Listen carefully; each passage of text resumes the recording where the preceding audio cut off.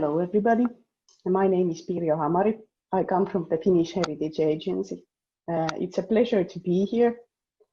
I've worked with cultural heritage management issues for a long time, and for the last 10 years I've worked specifically with museum issues. I'm thankful for this opportunity to share my thoughts on the significance of museums in today's society. Let me open my presentation.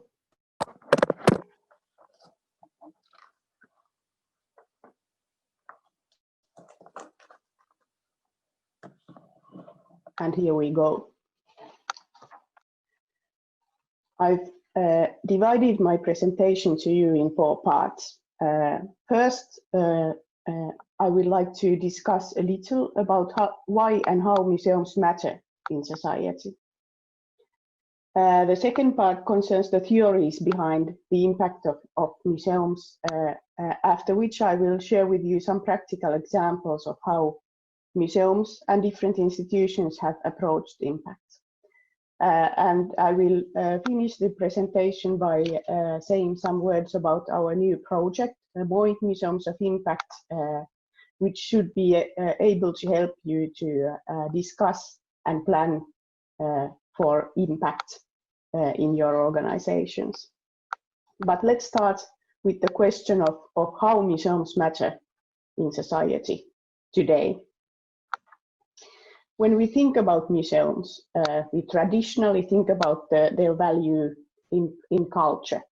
Museums safeguard our cultural heritage for current and future generations. Quite simply put, without museums, we would lose the tangible links to our past. This task forms now and in the future the fundament of museums' function and identity. It is their reason for existence. However, museums are increasingly transforming from guardians of our shared heritage to active agents in our contemporary society. Their missions, their responsibilities and modes of engagement within communities are in constant process of transformation, responding to social and economic development at local, national and global levels. Museums operate in a new participatory age and environment. And this has led to rethinking the roles of museums in society. Many now believe that museums make a real difference to people's lives and that their significance is not just the intrinsic value, but how this cultural value is made meaningful to people. Studies have shown, for example, that specifically for the younger generations, a museum that engages in social actions would be more relevant. So there is real value in museums framing what they do in a way and communicating the meaningful work that they do within their communities. This helps museums not only to stay relevant now, but also in the future. Staying relevant means that museums are more responsive to pressing cultural, social and environmental issues such as resilience and sustainability, social justice and fundamental rights. In addition, more and more funding bodies and stakeholders now acknowledge that museums and programs need to demonstrate impact and value within their local communities to attract further funding. However, it is not a question of adjusting our activities to outside expectations. My argument is that museums could be a transformative power in society, especially and specifically by leveraging their intrinsic cultural value, their unique superpower as custodians of cultural heritage. The real and a large challenge in all this is the balance between traditional museum activities and the social and participatory modes of action expected.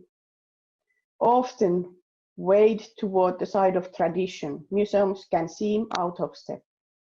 This presents a threat that museums and, more widely speaking, cultural heritage loses its significance in society. This will not only be a loss in our power to safeguard cultural heritage or a loss in funding, but it is also a vital resource and opportunity for impact and positive change that is lost if museums fail to make a stronger case of why they are so significant.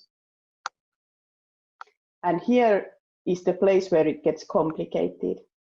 Museums are not significant just because they exist, but because they have an impact on people.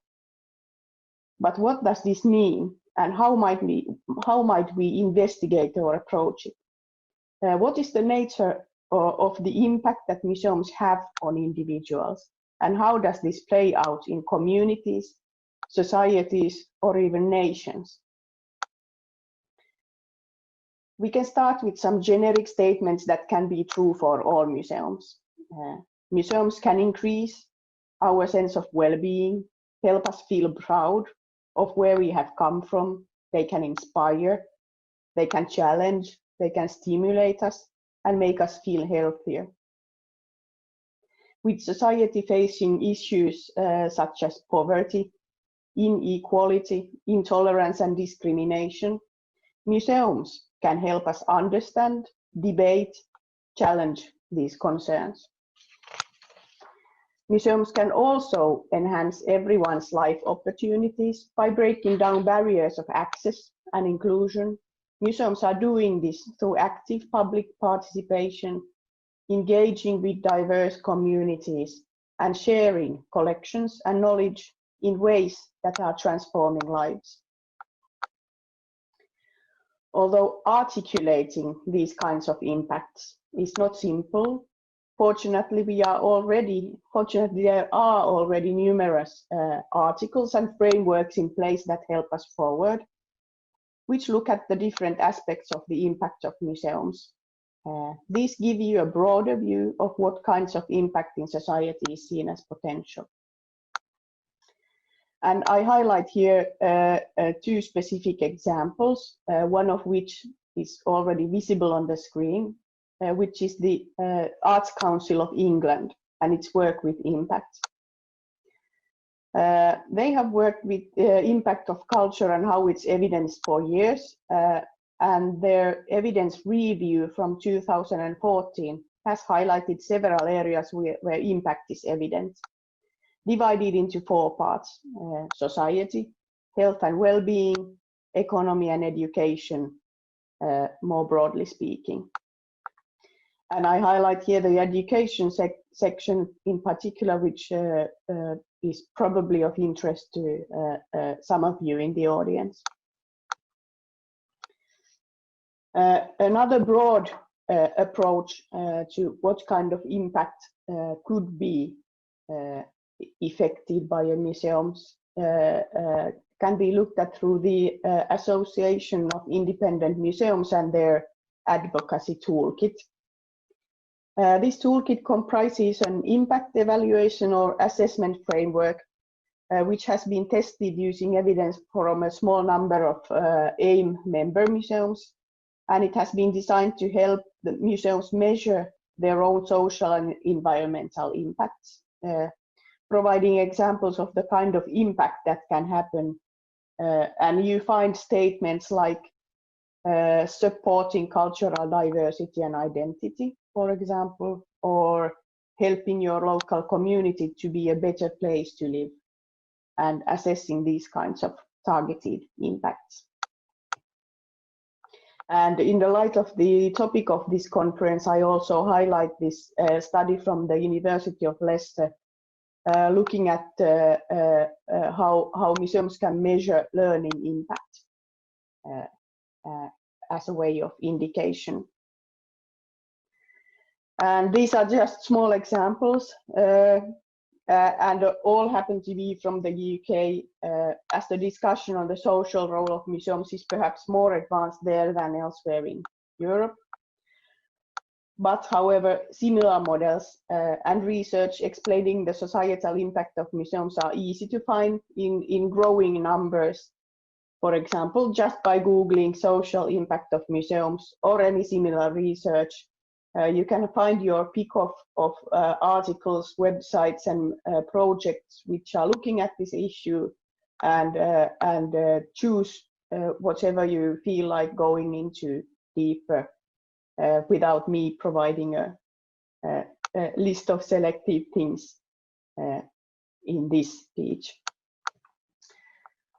So this was just a short introduction to some current ideas about the significance of museums in society. I'm now going to the second part of the presentation, which is a more theoretical approach to how impact is created in general. And this is important to look at to understand slightly more how impact operates generically in society and more specifically in relation to museum activities. You are most likely already familiar with the basic cycle of impact, but it is worth repeating once more as this model underlies the whole concept of significance in society. Impact in this context is understood as the effects on people and communities that happen as a result of an action, activity, project, program, or policy. A common way to think about social impact is to consider it as the change that happens for people or to people as a result of an activity or an action.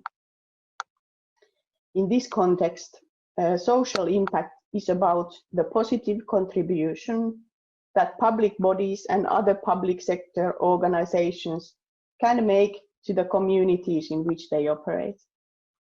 It is based on the outputs or work done and outcomes, the results of actors such as museums, leading to changes, meaning impact. Another way of looking at this model is to look at it through the lens of the results staircase. The results staircase presents the same chain from targets to societal changes as the previous model, but does it in a slightly different manner. Now, what has been challenging and even a bit daunting to cultural organizations in this debate is that it may be difficult to prove that a causal relationship exists between museums and the social impact they generate. For example, when we set a hypothetical target that we want to target and diminish youth unemployment, demonstrating a direct causal relationship between a youth project in a museum and the societal impact may seem difficult. Here we have available a new way of explaining the process, and this model is called the theory of change. Within the concept of theory of change, the direct causal links between activities and impact are replaced by contributing to an impact. A small but essential change that is much more achievable and understandable concept to organizations like museums. Theory of change is essentially a description and an illustration of how and why a desired change is expected to happen in a particular context. It is focused on mapping out or filling in what has been described as the missing middle between what a program or change initiative does and how these lead to desired goals being achieved, how we proceed from activities to impact. We are looking for the place where the magic happens from an activity to impact, the area of outcomes in the results staircase. And within this model and within the theory of change, it is crucial to understand a model with the three spheres of influence, three spheres of performance, I'm sorry. And these are direct control, indirect influence, direct influence and indirect influence. The inputs and outputs, the work and activities in a museum in the green sphere happen within its own direct control. The chain of impact then moves to reactions, increased capacities, behavioral change, and finally, as an end result, to impact. The farther away you move from inputs and the farther away you move from direct control, the less chances you have of controlling influences. The more external influences and the more you move away from inputs, the more external influences affect the end result. And mostly these external influences are not possible to control or even to anticipate by a museum as an organization. And this is the challenge that cultural organizations face when they have a target that lies in the field of indirect influence, for example, when we are talking about youth unemployment.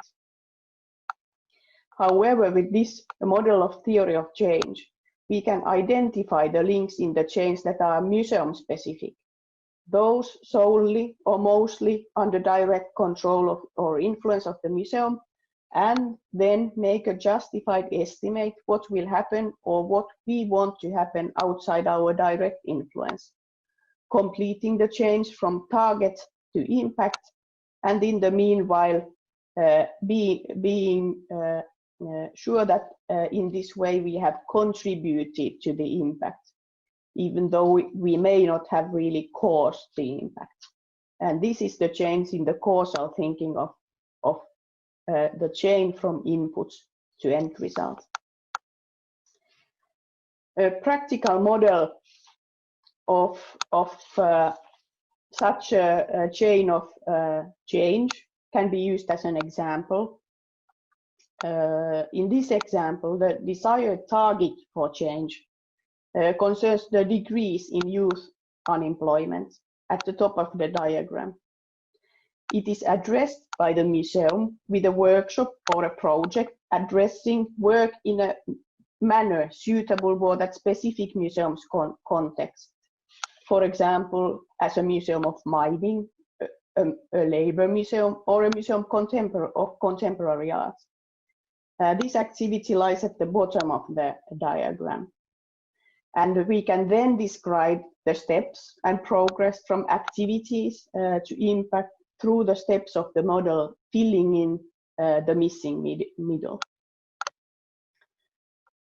In this theory of change model, the key is first to define targets, analyze a potential chain of effects, and then take action, and trust that the impact will be positive through this chain, where also other influences are at play. This theory of change or the model helps us overcome the notion that actions by individual institutions have no impact on the desired societal outcomes, or very little impact on the societal outcomes, or on the other hand, that museums should be solely or would be solely responsible for large-scale societal changes, such as, for example, ending the world hunger. We do not have to cause impact, but we can contribute to impact. Crucially, this liberates us from providing a lot of numerical hard evidence on how much the museum specifically has contributed, moving from death by targeting to positive and considered action.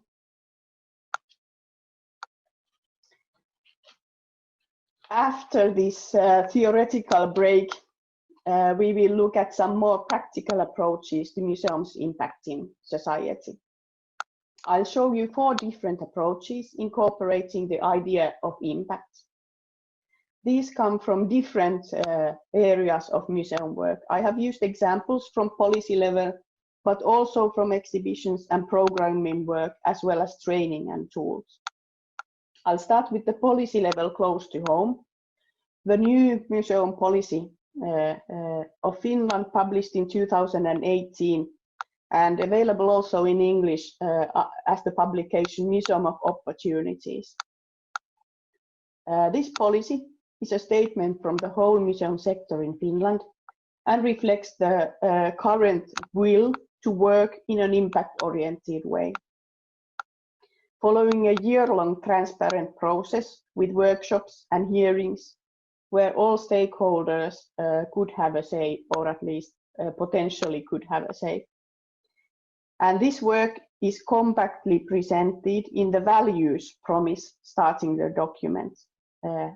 These jointly agreed values, acting as a basis of all work done in museums, are community and interactivity, reliability and continuity, pluralism and democracy, and courage and open-mindedness.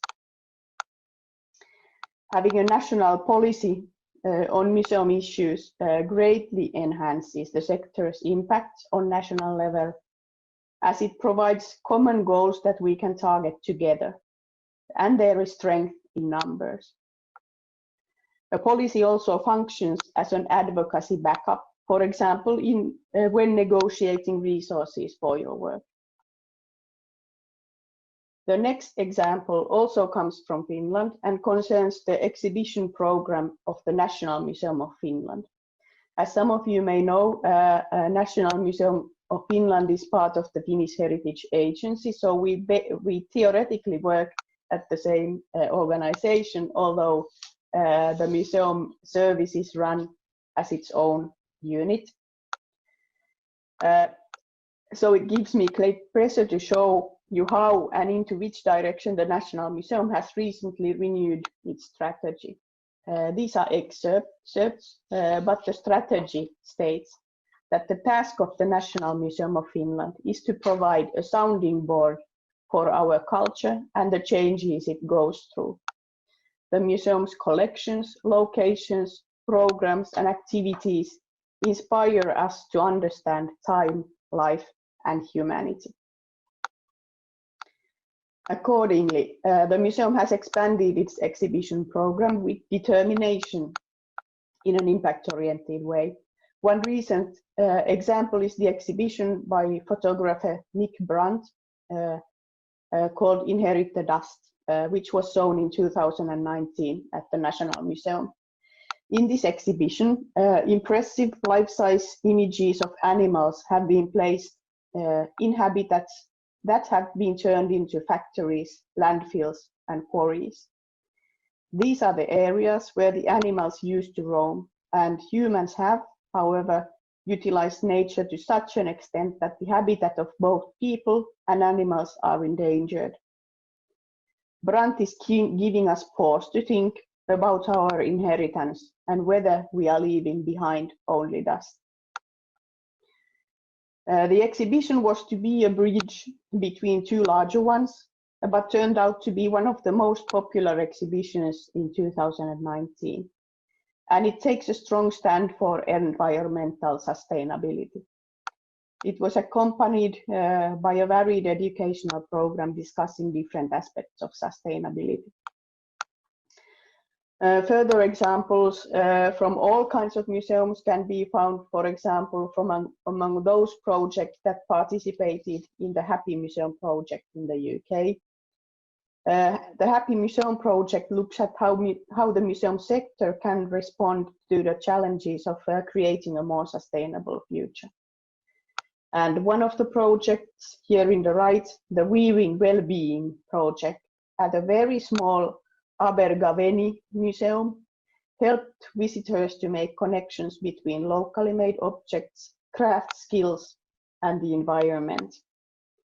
By having a greater understanding of the materials, skills, and the time involved in making things, the visitors were encouraged to leave the museums, challenging our unsustainable throwaway culture, appreciating our place within the natural environment. These are only some very small practical examples of medium-sized initiatives that are easy to find throughout the internet. And instead of making the list longer here, I encourage you to make use of the examples available that you can find simply by searching. And to go to the fourth part of the presentation, I will talk shortly about how MOI can, in the future, help your organization in working towards impact. MOI, Museums of Impact, is a European cooperation project co-funded from the Creative Europe program, and it is run by the Finnish Heritage Agency, me working as the coordinator of the project. This is a project that we run together with 10 European partners, and it started at the end of last year. We hope to be finished sometime in 2022, so we still have 2 years to go of the project. But what we do is we aim to develop a self-evaluation framework for museums with a people and object-oriented perspective. The framework helps museums to critically evaluate their operations and to develop their capacity to meet the demands of a changing society. The project also helps museums to increase their impact by supporting them in evaluating and refocusing their work actively and according to their own strengths and strategies. I have put here some questions the future framework can help museum organizations to address, which we have formulated together in the project. What opportunities does the surrounding society offer for the museum and its services? What kind of impact does the museum seek to have on its community? Is the museum allowing the environment to impact its own operations? And how can the museum take control of its impact? For whom and with whom are the services planned and carried out in order to achieve the intended impacts? How are the museum's resources put into active use to improve the impact of operations and services?